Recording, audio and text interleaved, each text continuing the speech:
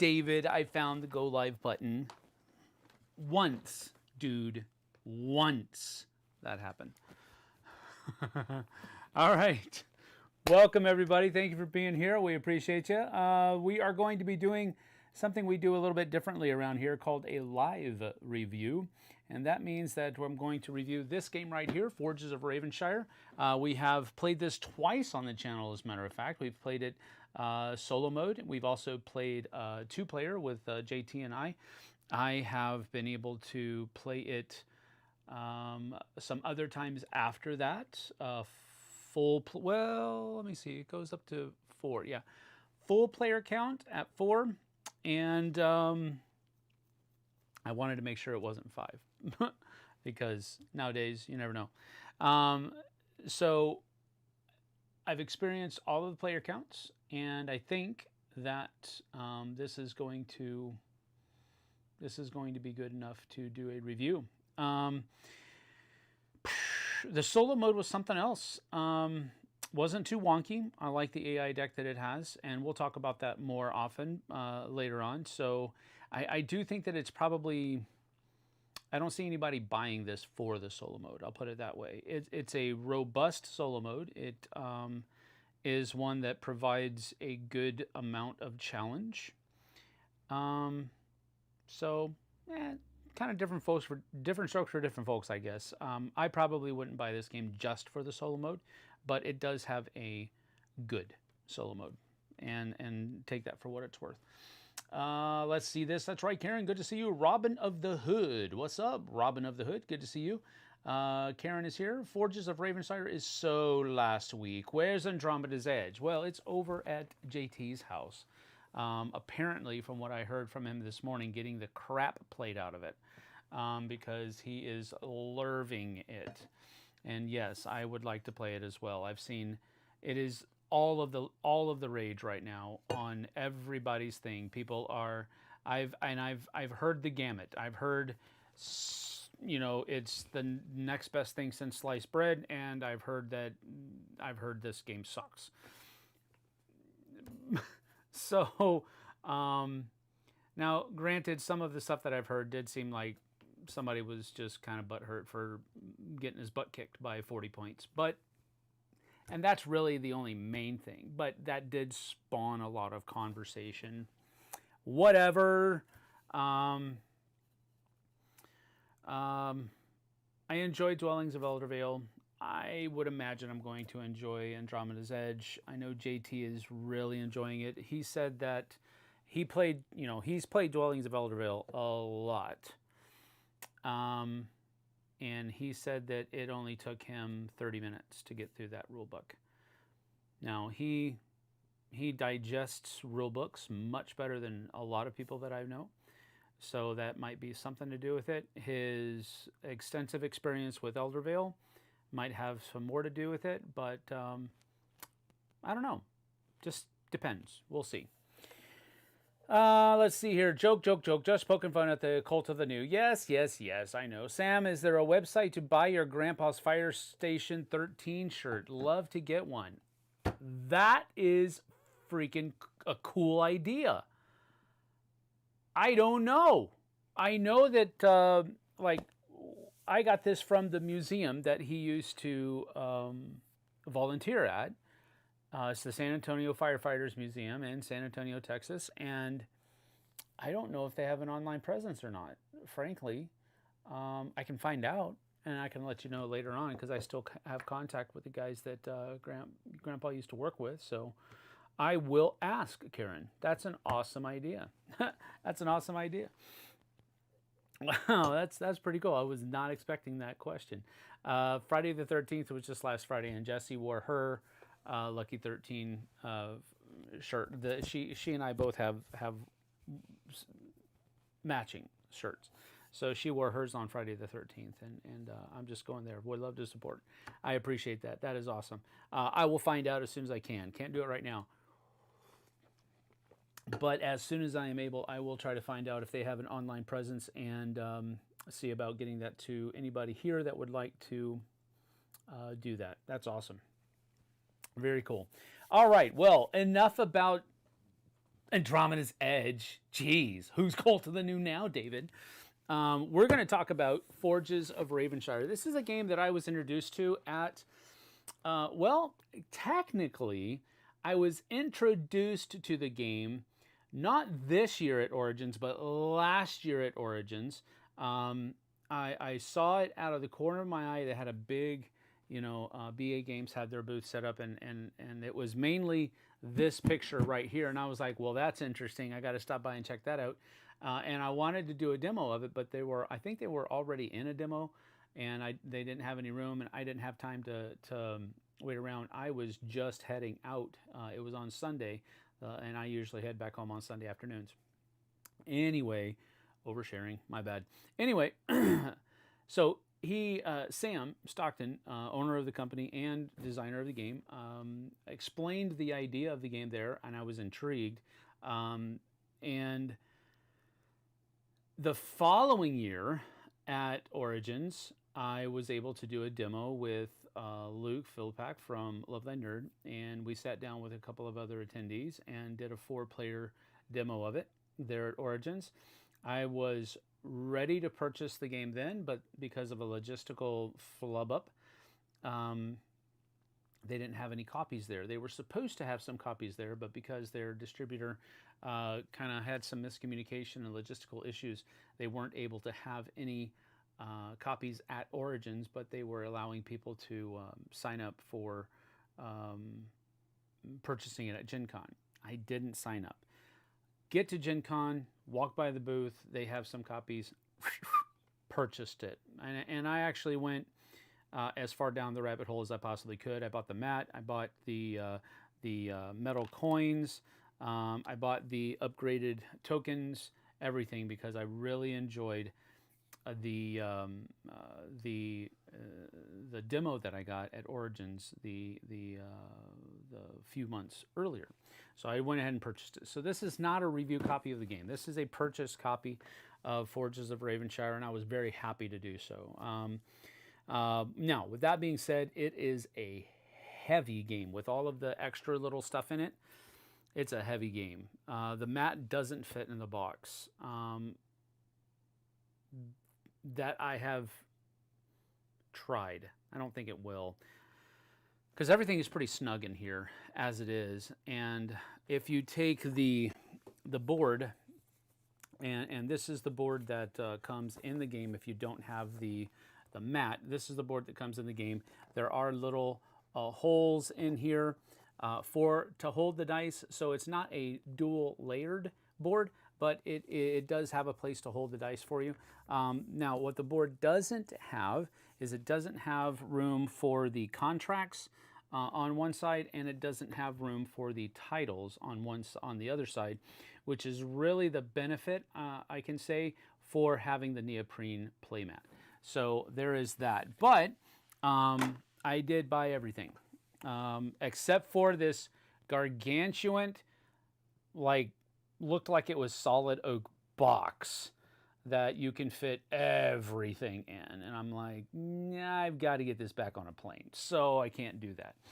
Let's see here. Vanessa's here. Good to see you. Hello, hello. Matthew Vincent is here. Welcome, welcome. It doesn't look like their gift shop has an online store. Well, we'll see. We'll see what I can do. I don't know. Heavy as in weight? Yes. Definitely feels like a brick. Sam's grandpa was born on the same day as Rasputin and I. That's pretty cool. Well, about you being born on the same day as you, but I don't care about Rasputin. Yeah, the board is cool. The board is cool. I'm not downing the board at all, but the playmat is definitely better. Now, one thing, you lose some of the crispness of the art when you go to playmats. The art on here is much more crisp, but I mean, it's not that big of a difference. Let me go ahead and show it to you, because I do have it set up down here. So let me go down there. And so here's the playmat, the way it is. As I told you earlier, there's a spot over here for all of the contracts, and then there's a spot over here for all of the titles. And that's what the playmat gives you a bonus for. Here is the playmat, the actual game board itself. So I don't know, it kind of, I don't know, you put them next to each other like that, it looks like the colors on the playmat are a little bit more vibrant. But I think some of the, I don't know, golly, normally playmats are a little bit less, a little bit muted, but it looks like it's pretty close to being the same, if not slightly better. I don't know. I'll leave that up to you guys to determine, but that's the difference between the two.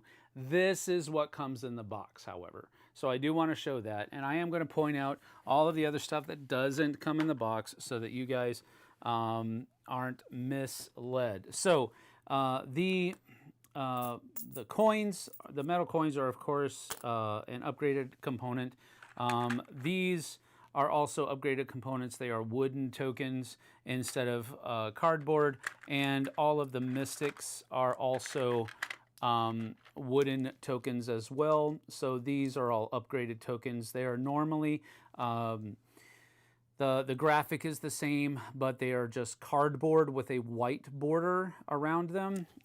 So just take that for what it's worth. I just want to get that out of the way so that you don't think that, you know, I'm trying to mislead you or anything like that. But generally speaking, the first player token is also different in the base game.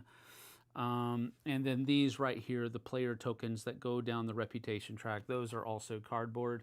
Everything else that's here is base. So the dual layered player boards, that is a core component, which I think is a really cool thing.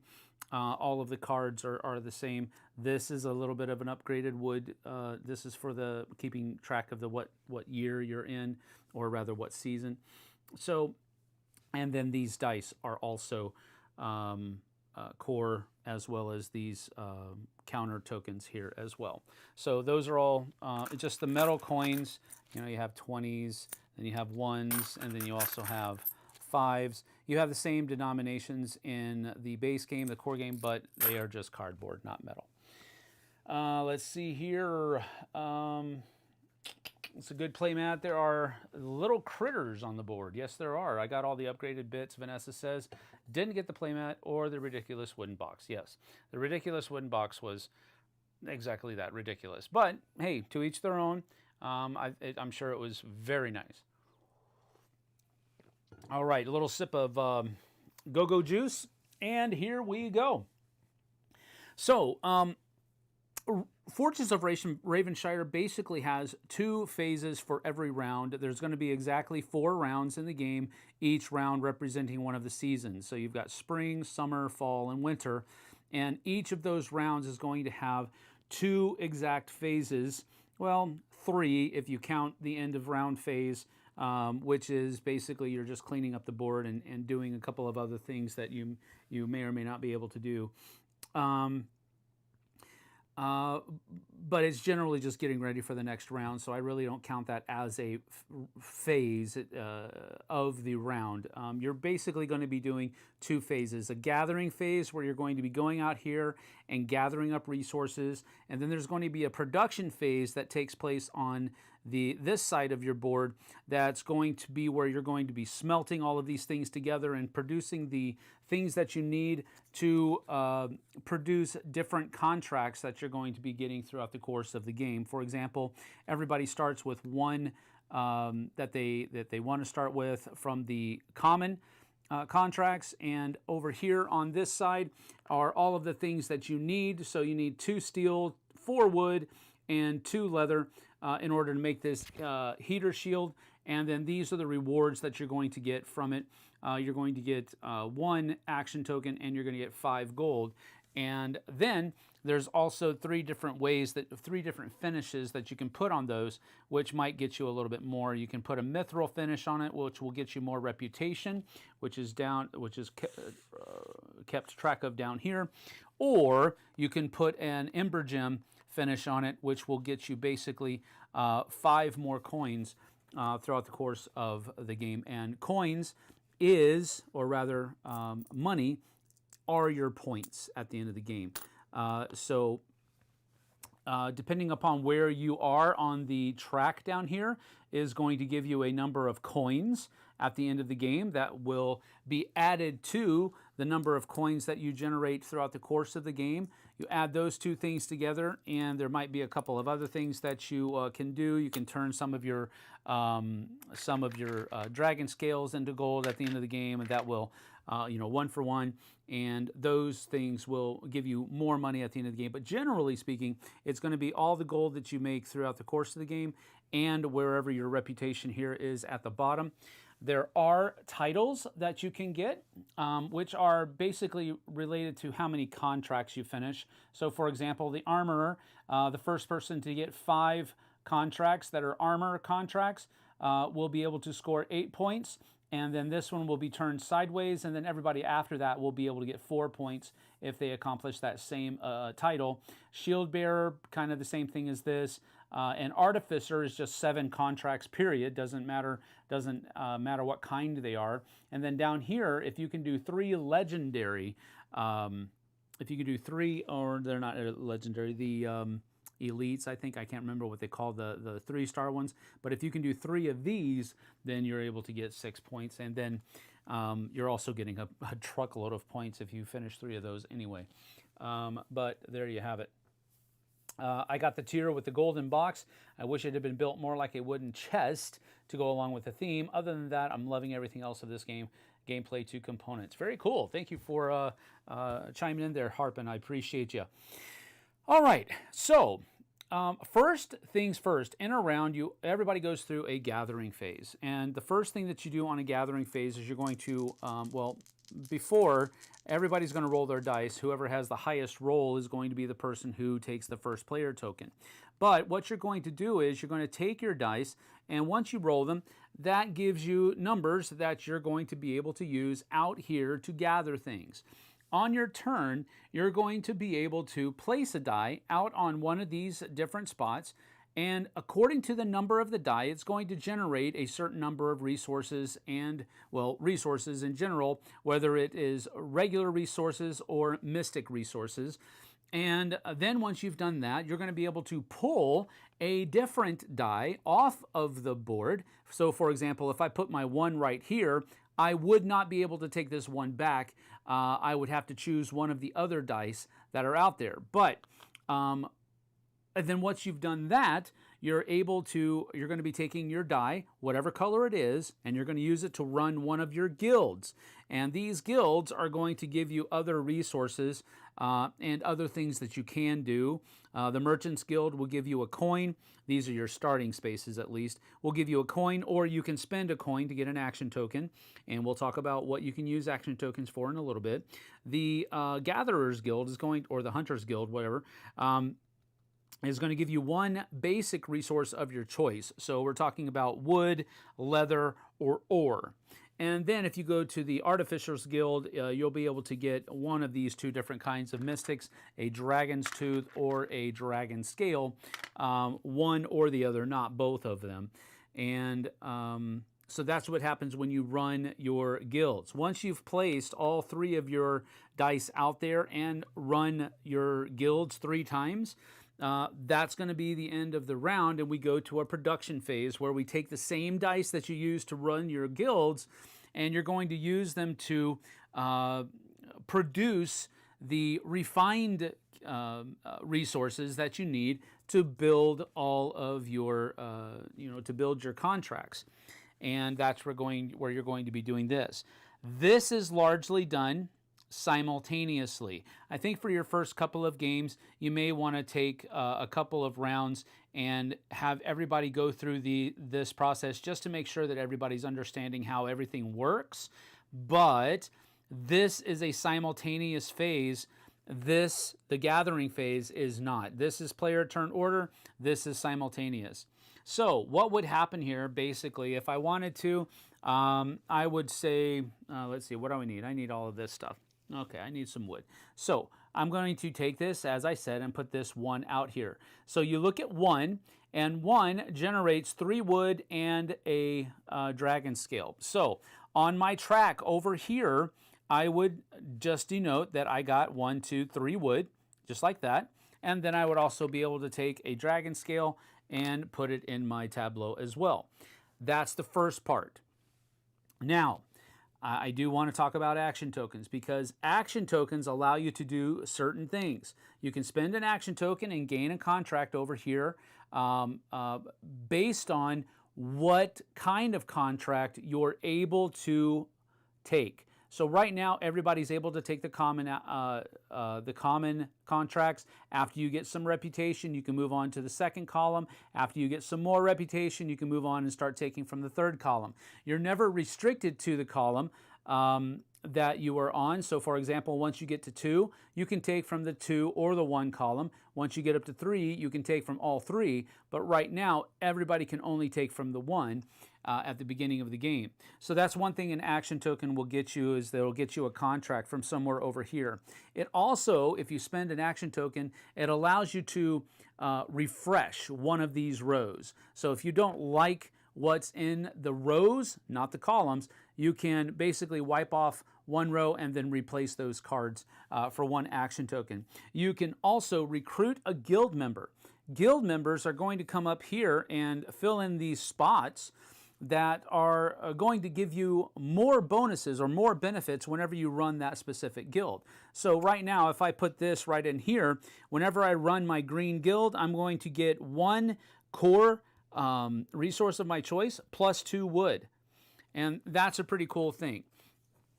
So you can recruit guild members, and you can also use action tokens to purchase upgrades. So there are 3 upgrades. I'm sorry, there's 4 kinds of upgrades in the game. You can upgrade your market right here, which you can use this at generally at any point within your turn, whether it's in the gathering phase or the production phase, and you can do different trades.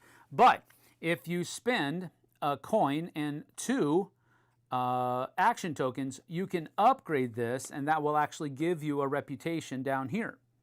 But it just basically gives you better trade rates if you do that. You also have a steel forge and a wood forge that you can upgrade over here on your production board side of the board, but that's completely up to you. But production generally takes 1 coin and 2 action tokens. Getting a contract, hiring a guild member, refreshing the contract row, that all costs 1. So before you place a die, you have the chance to use an action token. After you place a die, you have a chance to use an action token. And then you can take a die back. So if I'm looking at what I want to do here, I also need to get some steel. So I think what I might do is maybe I'll take this guy right here. Yeah, I'm going to take this guy right here, and I'm going to bring it back, and it's a 2.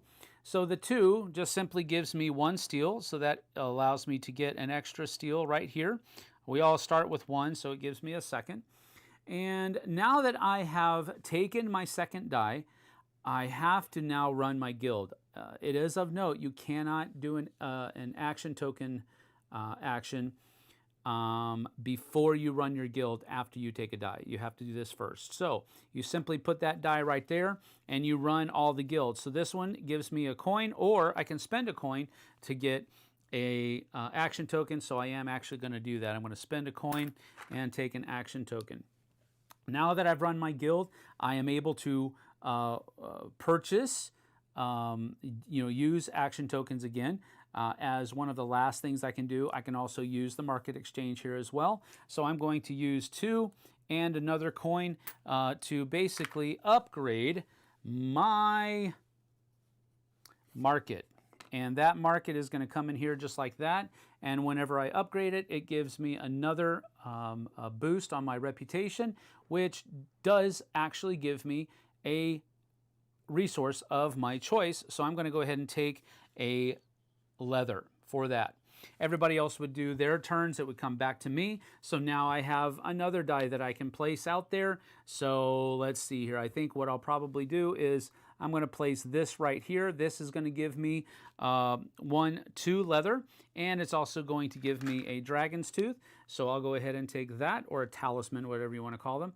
And then I can bring back from somewhere else. And I think what I'm going to do here is I think I'll take back this yellow, and that will allow me, it's a 4, so I'm going to be able to recruit a guild member,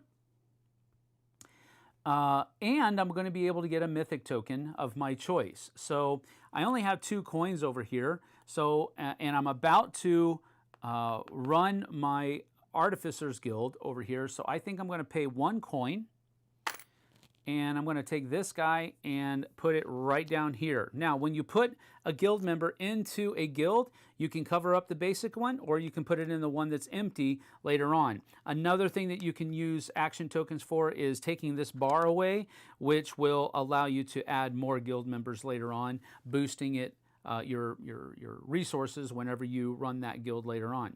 So now I'm going to take this die here and put it right there, and I'm going to get, let's see here, I think I'll take another dragon scale here, and then I can use one to take another, you know what, I don't think I want to take that. I think I'll take this, and I think I'll use a leather to take a mythic of my choice, and I'm going to take a mithril like that.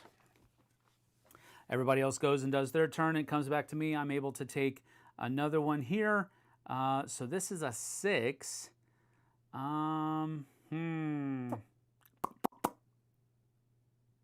Actually, you know what? I think I'm not going to do this one.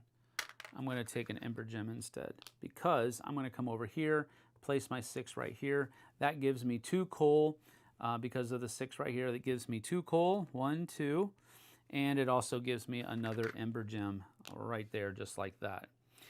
And then I'm going to take one back, and I think what I might do here is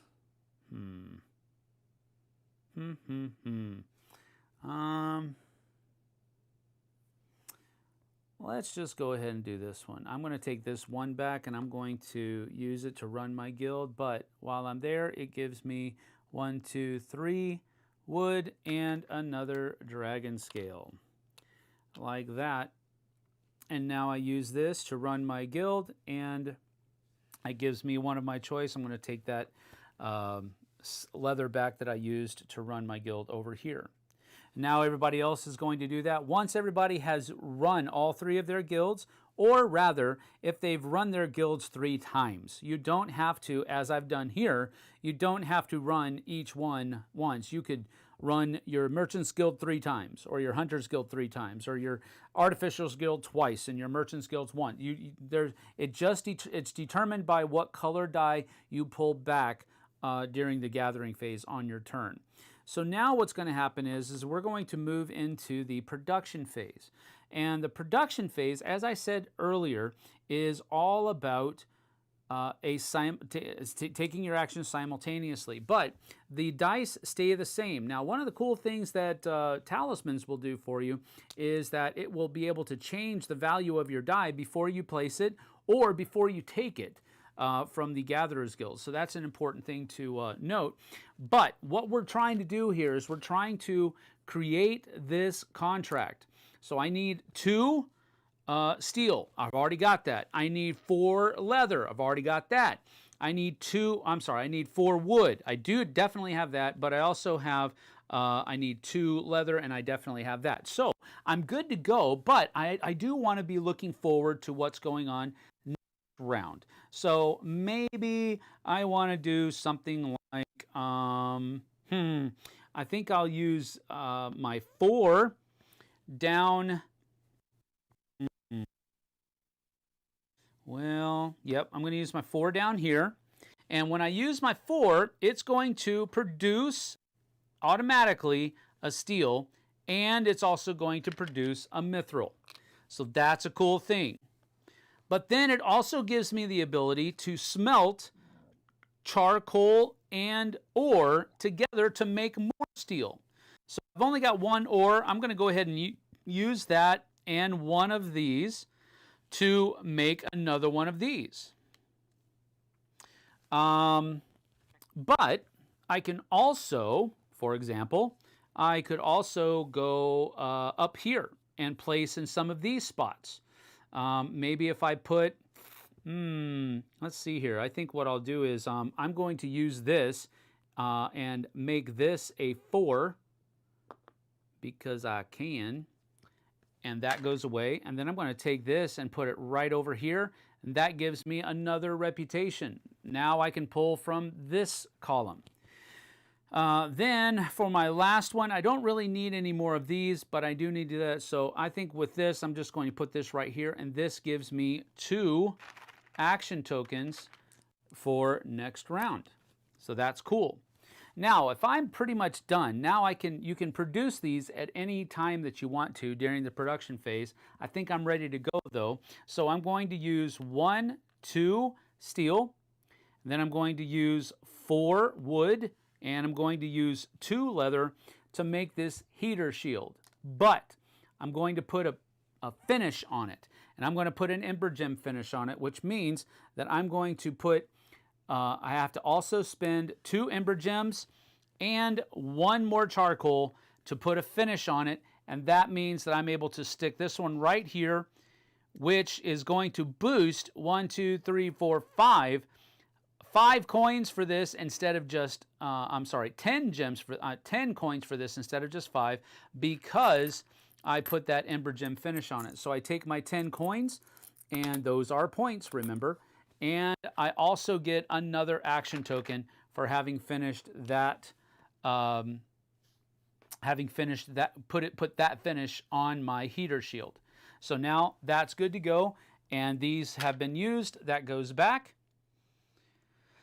Now, the dice that I have left at the end of my production phase are the ones that I'm going to have for the next round.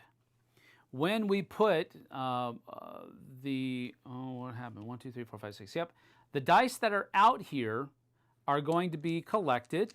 This is during the end of round phase, and they're going to be shaken up, and each one gets a die rolled, and that's where it goes from 1 to 6. Wow, really low rolls here. There's a 4. All right. And the 5 gets a 6.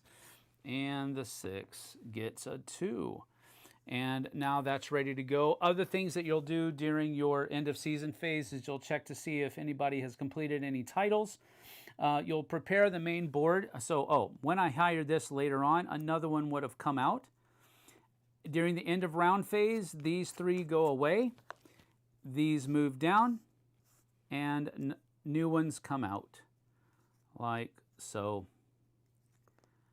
All right, so as you can see, the 3 guilds are really mainly, this is going to be manipulating money or getting money. This is going to be concerned with the core resources of the game, and these are going to be concerned more with the mythical resources of the game.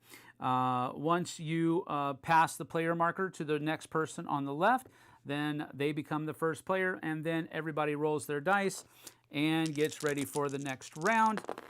And that's how the game continues until this marker reaches this, and everybody finishes their production phase and the end of round phase. And then we count to see how many points you have based on the gold that you've accumulated during the game.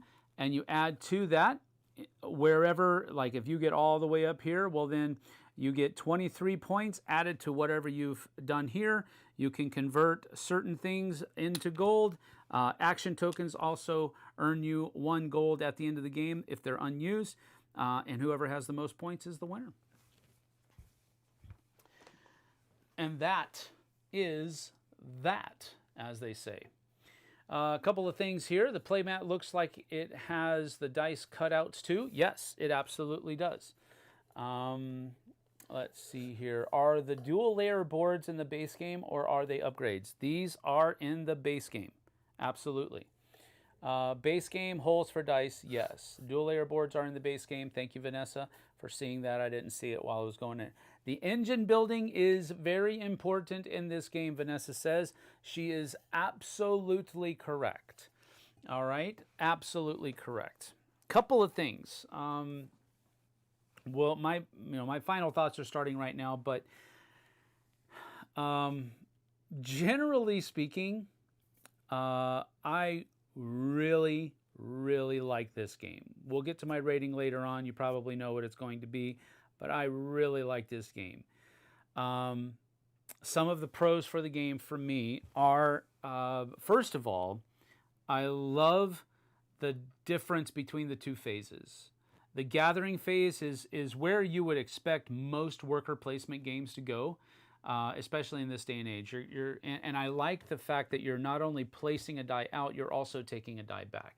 So that really feels like you're getting it gives you a very hefty feeling of satisfaction that you're doing a lot on your turn during the gathering phase, because you're getting you're able to generate two different kinds of resources, or you're able to double up, because if there's two dice where you place out, or if there's one die where you place your die out at first one, you can take the other one and get more of the same. So I like how that produces that feeling of freedom, that you are able to almost produce anything that you want to, given that you have the right numbers and all of that kind of thing.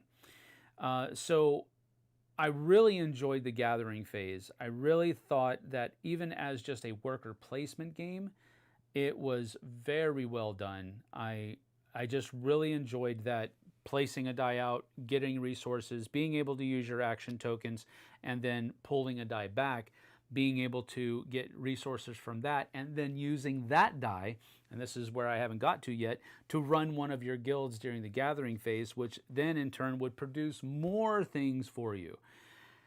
The gathering phase is such a robust phase in the game. I just really enjoyed it.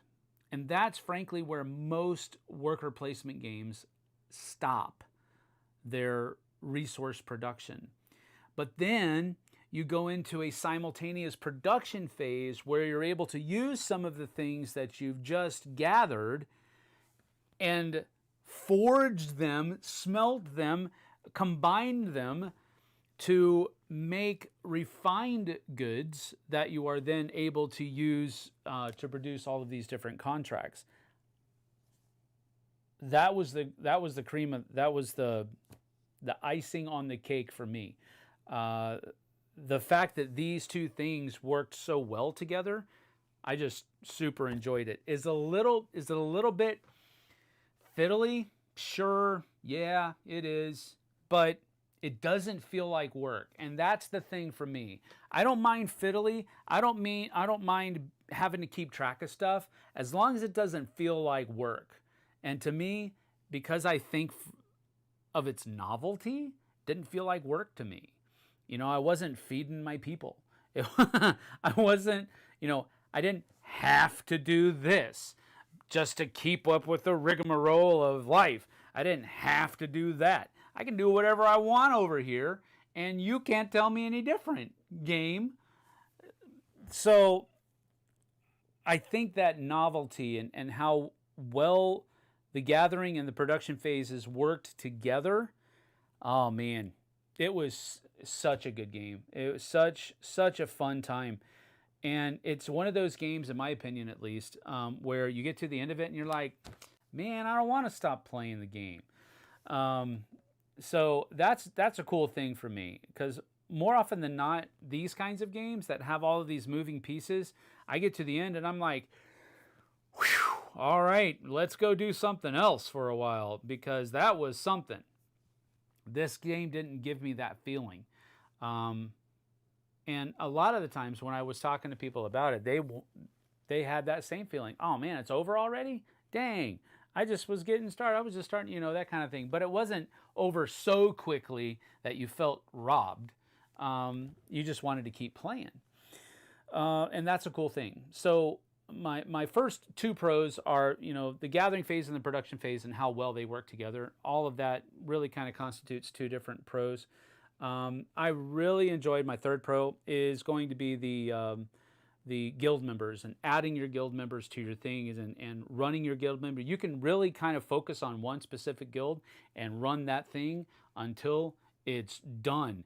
And it can really, that's where the engine building that Vanessa was talking about really can take a lot of presence, because you can unlock 2 more levels of your guild, and you're getting every single level of that every single time you run that guild. So if you run that one guild 3 times, depending on how you've built it up, you're sitting high on the hog at that point and doing very well. But I liked the guild members and the different things that you could do with them. I like that some of them, when you hire them, they give you more resources than what are just shown. And then when you run them here, when you hire them, they give you more resources. And then when you run them here, they give you what's printed on there. I liked that duality, kind of like almost like a, not really multi-use, but kind of gives me vibes of that. All of the different contracts are going to be my 4th pro, I guess it is now. The contracts they're difficult to put together, but they also reward you in kind.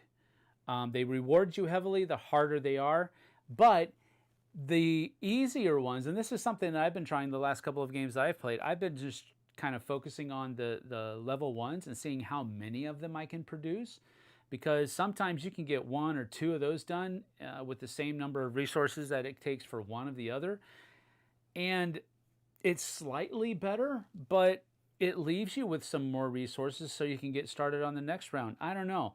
I think to do very well at the game, you absolutely need to get over and do some of these 3-star contracts. But I've done pretty well just focusing on 1s and 2s over the course of the game and trying to do other things that get you more points other ways. But and then I focus on like doing more finishes so that I'm getting more reputation faster, or I'm just getting more money every contract that I produce. But the contracts are also really cool because they seem daunting at first, but then after you start doing things, you're like, oh no, wait, I can do this. Oh man, I might be able to get 2. Let's see if I can figure out if I can get 2 done. And that's a cool thing. I liked the contracts a lot. That was my 4th pro. My 5th pro is that I don't think it overstays its welcome. I think it feels like, 4 rounds. If it had gone 5 rounds, it might have been too much.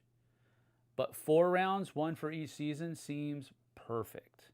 And that's one of the things that I like. I hate it when games overstay their welcome. You're having so much fun playing the game, and then at some point during the game, you're just like, man, I think I'm done. This just doesn't feel that. You're so focused. You're so wrapped up in doing all of the things on your board that time doesn't pass quickly because you are doing things at a pretty fast clip. But I really liked the timing of it. I think it's about a 2-hour game. What does it say? Yeah, 50 to 100 minutes. It depends. The teaching games that I've done have probably gone 2 hours, but that's just because it's teaching games. 50 to 100, that's about right, I would imagine. So you're looking at about an hour and a half for this game once everybody's savvy with what's going on. So that's good as well. The one thing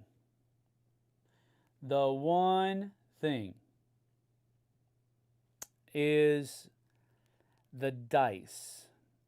The dice just didn't seem to fit. I like how they're kind of pearly and shiny and all that kind of stuff.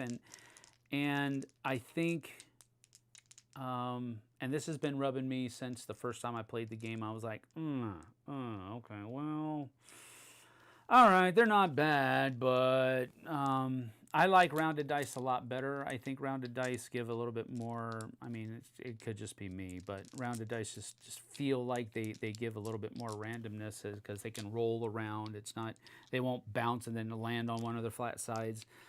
So the dice were the one thing in the game, if I'm trying to split hairs, which pretty much at this point I am, the dice I think could have been a little bit better. I like these; they're a little bit too angular for my liking. I like rounded dice, rounded corner edges, and these do have rounded edges, but they're still very pointy. So that's my only real kind of, part of the game. Everything else is I love it. So my rating for the game is going to be 2 thumbs way up for this game. I love it. I think this is going to be one that is not going to leave my collection ever, unless something else comes out to replace it. But I can't predict the future. I love everything about this game. I have absolutely zero remorse on buying all of the blinged out stuff for this. And sometimes I do.